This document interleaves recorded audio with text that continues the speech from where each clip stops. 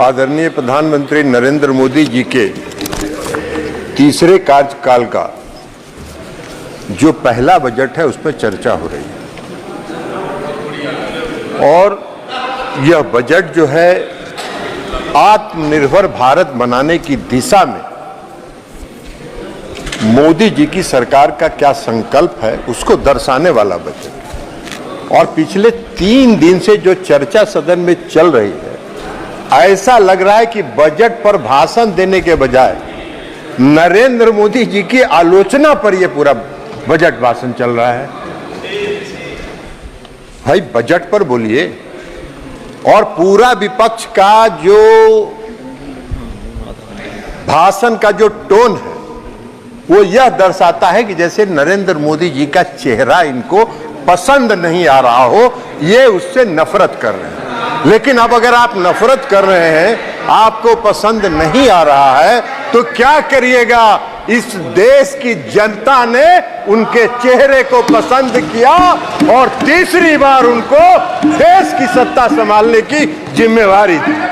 60 वर्ष के बाद 60 वर्ष के बाद 60 वर्ष के बाद 60 वर्ष के बाद जयप्रकाश जी, मोदी जी की उपलब्धता है, मोदी जी की उपलब्धता है कि 60 वर्ष के बाद, आजादी के बाद तीसरी बार किसी को इस देश की सत्ता संभालने का मौका मिला है। ये उनको बर्दाश्त नहीं हो रहा है। उनके पेट में दर्द हो रहा है। अब सच्चाई को नहीं पचा रहे हैं। अब इस देश की जो सच्चाई है उसको ये अगर नहीं पचा पा रहे हैं तो हम लोगों का क्या दोष है भाई? लेकिन हमारा एक परामर्श है इनको, सभापति महोदय, कि सच्चाई को जितना जल्दी। इन्होंने भाषण किया, कोई नहीं बोला, फिर क्यों बोल रहे हैं? ये बता देते हैं माननीय मंत्री जी, आपका चरित्र भी बता देंगे। माननीय मंत्री जी, एक मिनट आपका चरित्र भी बता देंगे कि आप क्या करते रहे। माननीय मंत्री जी, आप चेयर से करें। जयप्रकाश जी, आप माननीय जयप्रकाश जी सुन लीजिए। आप जब बोल रहे थे समय भी अधिक दिया गया, किसी ने आपको व्यवधान नहीं किया। अगर आप खड़े होंगे, नहीं, आप परंपरा सीखिए। आप वरिष्ठ सदस्य हैं, बैठ जाइए। आप परंपरा सीखिए। आपके किसी स्पीच पे किसी ने व्यवधान नहीं किया। आपको अवसर है, आपकी पार्टी को अवसर है। माननीय मंत्री जी जो बोल रहे हैं उसका जवाब आपकी पार्टी देगी, आपके पार्टी के नेता दे देंगे। सभापति महोदय, माननीय मंत्री जी ये बोल रहे हैं।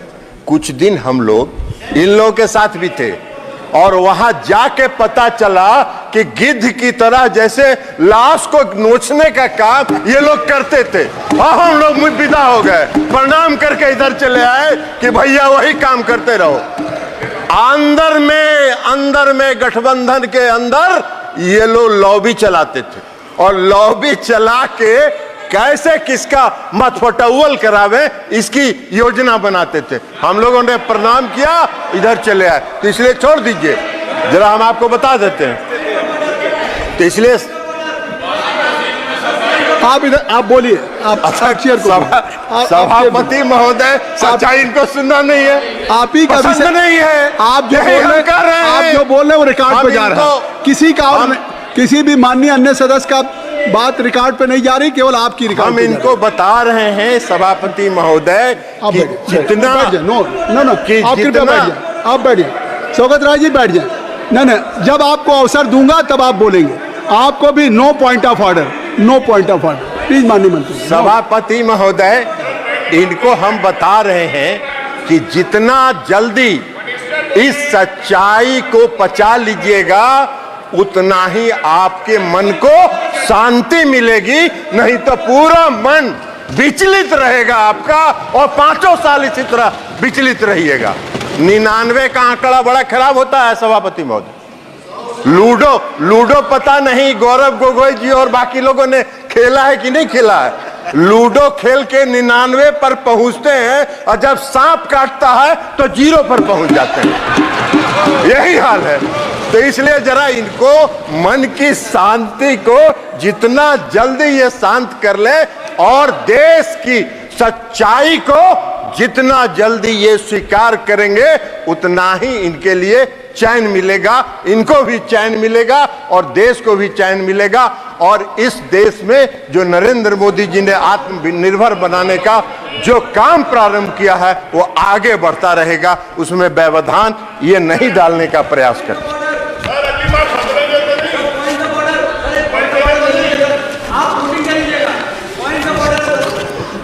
No point of order. अब इनको ड्यूरिंग एनी मिनिस्टर स्टेटमेंट या स्पीच आप पॉइंट ऑफ ऑर्डर आप लिख के भेज दें, आप लिख के भेज दें। बजट का ही स्पीच चल रहा है, बैठिए, आपको बजट समझ में आता, आपको बजट में अभी बता देंगे, एक का बजट का भाषण, बजट समझ में आ रहा है। तीसरे कार्यकाल का जो पहला बजट आया, अब इनको नहीं दिखाई पड़ रहा है। इनका एक एजेंडा रहता था, बेरोजगारी है इस देश में, रोजगार पर चर्चा नहीं हो रही है।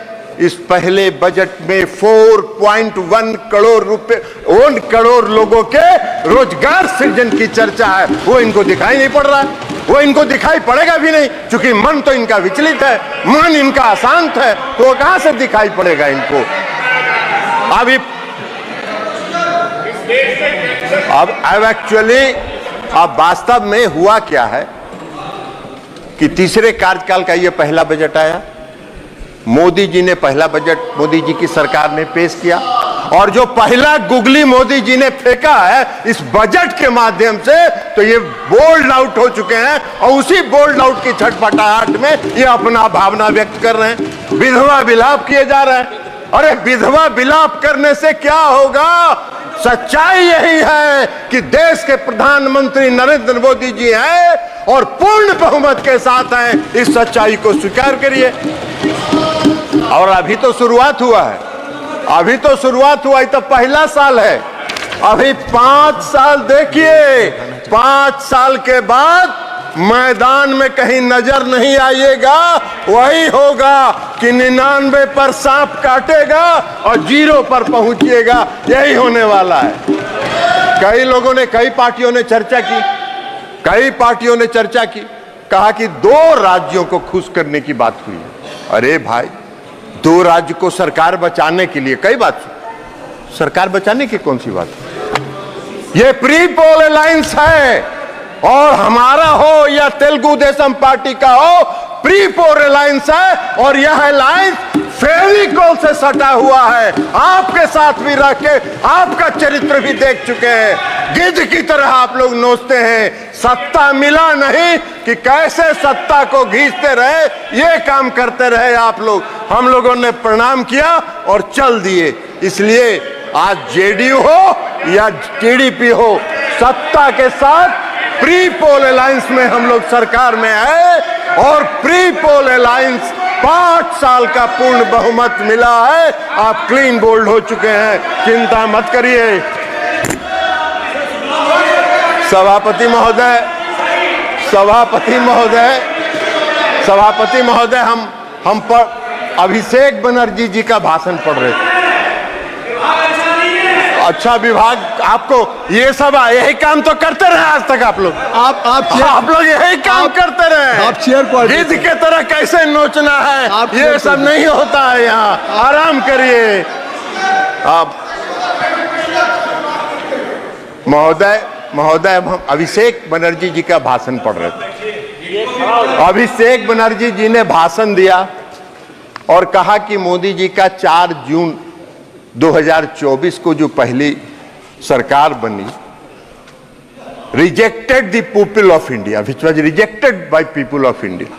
वाह रे भाई, आपके ज्ञान का हमको प्रशंसा करना होगा कि पूर्ण बहुमत की सरकार आप कह रहे हैं कि rejected by the peoples of India. वाह, पूर्ण बहुमत नहीं दिखता है इनको। अरे सच्चाई को अभिषेक बनर्जी जी स्वीकार करना चाहिए। इन्होंने कहा क्या भाषण में? वक्त बदल गया है, वक्त बदल गया है। हाँ अभिषेक बनर्जी जी, वक्त जरूर, सभापति महोदय, वक्त जरूर बदल गया है, वक्त जरूर बदल गया है, क्योंकि मोदी जी पूर्ण आत्मविश्वास और दृढ़ संकल्प के साथ तीसरे कार्यकाल में आत्मनिर्भर भारत बनाने की ओर चल चुके हैं। इसलिए वक्त बदल गया है। आपको दिखाई नहीं देता है तो उसमें हम क्या करें? आंख का जांच कराइए और चश्मा लगाइए, दिखेगा आपको कि इस देश की जनता ने क्या किया। हमको आशा करते थे, हम उम्मीद करते थे कि अभिषेक बनर्जी जी जब भाषण दे रहे थे तो वो कहते कि पश्चिम बंगाल में महिलाओं के चिरहरण का जो वीडियो वायरल हो रहा है उस पर क्षमा मांगते, इस देश से, उस पर इस देश से क्षमा मांगते, वे नहीं मांगे, नहीं मांगेंगे, नहीं मांगेंगे, क्योंकि पश्चिम बंगाल में वे जैसे चिरहरण हो रहा है, महिलाओं पर अत्याचार हो रहा है और जो आम लोगों पर अत्याचार हो रहा है वो उनको नहीं दिखता है। अभी इसी सदन में अभी बता रहे जयप्रकाश जी, अरे जयप्रकाश जी बैठ जाइए, एक मिनट आपको बता रहे हैं। माननीय मंत्री जी आप चेयर को एड्रेस करें। सभापति महोदय, सभापति महोदय, इसी सदन में अधीर रंजन चौधरी जी ने अपने मन का भड़ास और मन का तकलीफ कई बार सदन के पटल पर उतारा। दिशा की मीटिंग नहीं हुई 5 साल तक, दिशा की मीटिंग नहीं होने दी पश्चिम बंगाल की सरकार ने। और लोकतंत्र की बात करते हैं, इनको क्या अधिकार है लोकतंत्र की बात करने का? इनको कौन सा हक है लोकतंत्र की बात करने का?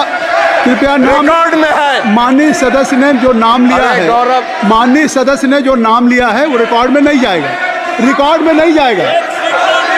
जो माननीय सदस्य ने नाम लिया है, I think so you should have patience to hear me, you must have patience to hear me. जो नाम उन्होंने माननीय सदस्य का लिया है वो रिकॉर्ड में नहीं जाएगा। मैंने भी लिया। अरे गौरव, आप बैठिए। अरे गौरव गोगोई जी, आप इधर बोलिए चेयर से, आप नाम मत लीजिए। आप माननीय मंत्री जी, सभापति महोदय, सभापति महोदय, माननीय सदस्य गौरव गोगोई जी को नहीं, वो भी थे यहाँ, वो इस सदन में प्रेजेंट थे जब अधीर रंजन चौधरी नहीं, उनका नाम मत लीजिए, वो सदन के सदस्य नहीं, ठीक है, इसलिए मैं नाम, ठीक है, हाँ ठीक है, ठीक है, आप हो गया, विड्रॉ कर लिए उनका नाम, नाम उनका हमने वापस ले लिया सभापति महोदय, उनका नाम हमने वापस ले लिया। लेकिन सच्चाई है कि 17वीं, बैठ जाइए ना जयप्रकाश जी, बैठ जाइए ना, बैठ जाइए, हुड्डा जी अंदर जाने वाले, बैठिए।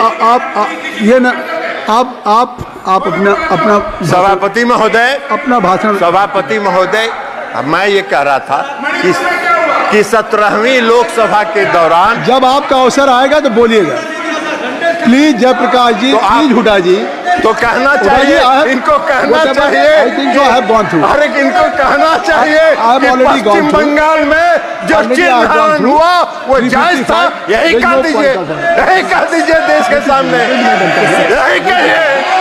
माननीय मंत्री आप इधर बैठे, मैं दूंगा, इनकी बात खत्म कर लीजिए, आप बैठ जाएं। जयप्रकाश जी आप बैठ जाएं, बैठ जाइए ना, ये क्या बात है? आप जयप्रकाश जी बैठ जाएं, बैठ जाइए माननीय सदस्य। ऐसे सदन ऐसे नहीं चलता। माननीय मंत्री जी आपसे आग्रह है कि आप अपना भाषण कृपया संक्षिप्त करें और आप माननीय सदस्य का नाम महोदय मैं नाम नहीं ले रहा हूं, मैंने नाम वापस ले लिया, नाम हमने विड्रॉ कर लिया। अब हम ये कह रहे हैं कि 17वीं लोकसभा में उस समय माननीय विरोधी दल के नेता और सबसे बड़े पार्टी के जो नेता थे, उन्होंने सदन के अंदर कई बार अपनी पीड़ा का इजहार किया कि उनके क्षेत्र में दिशा की बैठक होने नहीं दी जा रही है और गौरव गोगोई जी बैठे हुए थे, गौरव गोगोई जी उसके गवाह हैं। जयप्रकाश जी तो उसमें थे नहीं, ये कहां से जानेंगे? तो इसलिए गौरव गोगोई जी के सामने पीड़ा हुई। एगो सीट कांग्रेस को दिया, कांग्रेस ने दिया नहीं, एक कांग्रेस एक को सब, अब उसके बाद भी लगे हुए हैं, तो लगे रहिए मुन्ना भाई, कुछ न कुछ तो मिलेगा। लेकिन 99 वाला भी खतरा है, सांप का अगर काटा तो 0 पर आइएगा, लेकिन लगे रहिए, क्या करिएगा। और पूरा भाषण हमने शैलजा जी का भी सुना, शैलजा जी का भी भाषण हमने पूरा सुना, और शैलजा जी का भाषण हमने सुना वो पूरा हरियाणा केंद्रित था। अरे ये देश का बजट है, हरियाणा का बजट थोड़े है। जयप्रकाश जी भी अभी बोल रहे थे पूरा हरियाणा केंद्रित, अरे देश का बजट है भैया, देश पर बोलो, देश और नरेंद्र मोदी जी पूरे देश को आगे बढ़ाना चाहते हैं। ये उनका संकल्प है, ये उनका आत्मविश्वास है। इसलिए मैं समझ दूंगा, मैंने कहा है, अब मैं दूंगा। आप बैठ जाइए जयप्रकाश जी डिक्टेट नहीं कर सकते सदन में, आप बैठ जाएं। मैंने हुड्डा जी को कह दिया, रूलिंग दे दिया, आप बैठ जाइए। अब अध्यक्ष महोदय, सभापति महोदय, वित्त मंत्री का आप बैठ जाएं, कृपया आप सब लोग बैठ जाएं। तो हमने ये कहा कि पूरे 3 दिन तक ये बजट पर कम बोलते रहे। देश के प्रधानमंत्री आदरणीय नरेंद्र मोदी जी का चेहरा इनको पसंद नहीं था, तो इसलिए उनकी आलोचना में ये पूरा 3 दिन इन्होंने बिताया। अब बजट में जो प्रावधान है उसको इनको दिखाई ही नहीं पड़ा, वो देखना भी नहीं चाहते, इसलिए कि ये तो पीड़ा में है, अंदर से कष्ट में है, विचलित है। तो मन जब विचलित रहता है तो सच अच्छी बात दिखाई नहीं पड़ती है, इसलिए कह रहे हैं इनको। बजट के भाषण में, वित्त मंत्री जी के बजट के भाषण में साफ लिखा है कि 9 प्राथमिकताओं के संबंध में प्रयासों की परिकल्पना की गई है, और वो 9 प्रयास देश को आत्मनिर्भर भारत बनाने की दिशा में ले जाएगा। ये इस बजट में है, ये उनको दिखा नहीं। पहला क्या है?